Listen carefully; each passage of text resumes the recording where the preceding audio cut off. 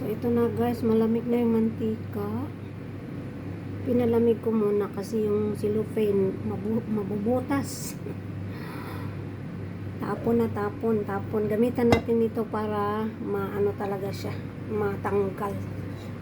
Tapon dito sa napalamig ko na to kasi pag hindi palamigin, mabutas yung ano.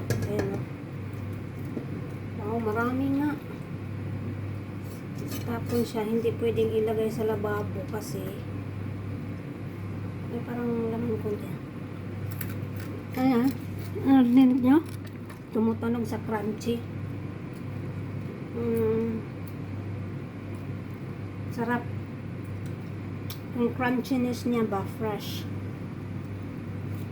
So ito, kuskusin talaga. Hindi pwedeng ibuhos sa ano. Yan ang tips ko sa inyo. Kasi matanda na ako. Tapos matanda na akong nag-experience ng maraming experience ba.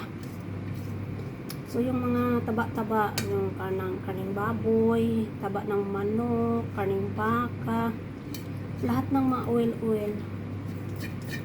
huwag ibuhos sa lababo. Kasi yun ang nakapag ano bang tawag dyan? Hinungdan.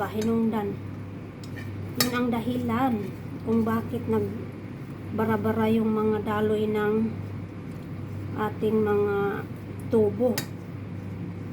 Yung iba bali-baliwala nila kasi nga ang isip nila hindi naman po bahay ito. Hindi bahay nga, pero pagdating sa problema sisihin pa tayo. Ako hindi ko na-experience na sinisisi ako kasi yung una naming tinitirihan sa ilalim ng lababo may machine doon pandarin para uminit siya ba lahat ng dadaan doon mula dito sa gripo, lahat ng mga buto-buto, mga tinik-tinik ginagrind. Alam ko meron din sa inyo dyan kasi mga mayayaman kayo eh. Yung amo ko nag-grind sila doon dati kumpleto. Yung kanilang ilalim ng lababo, imbis na yung parang elbow, sa kanila may machine talaga. Pero dito hindi na sila nagpakabit kasi nga ang mahal-mahal ng machine na yan. Sabi lang, be careful. So ito na guys, parang hindi na masyadong, punasan ko muna ng tissue.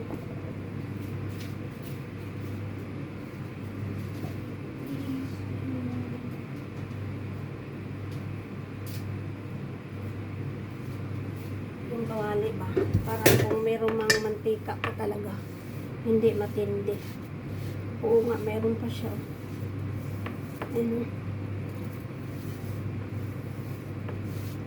So, pwede na siyang hugasan. Dami nga.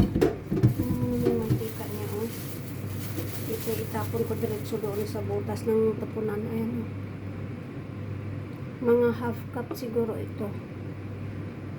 Half cup, mga 300 ml. 300 ml. Hindi ko na sinukat kasi mahirap maghugas doon sa measuring cup. Yung masyadong malangis. So, yun lang ang tips ko sa inyo guys. Huwag itapon sa lababo ang mga taba-taba, mga mantika, lahat na. Ay, buhay nga naman.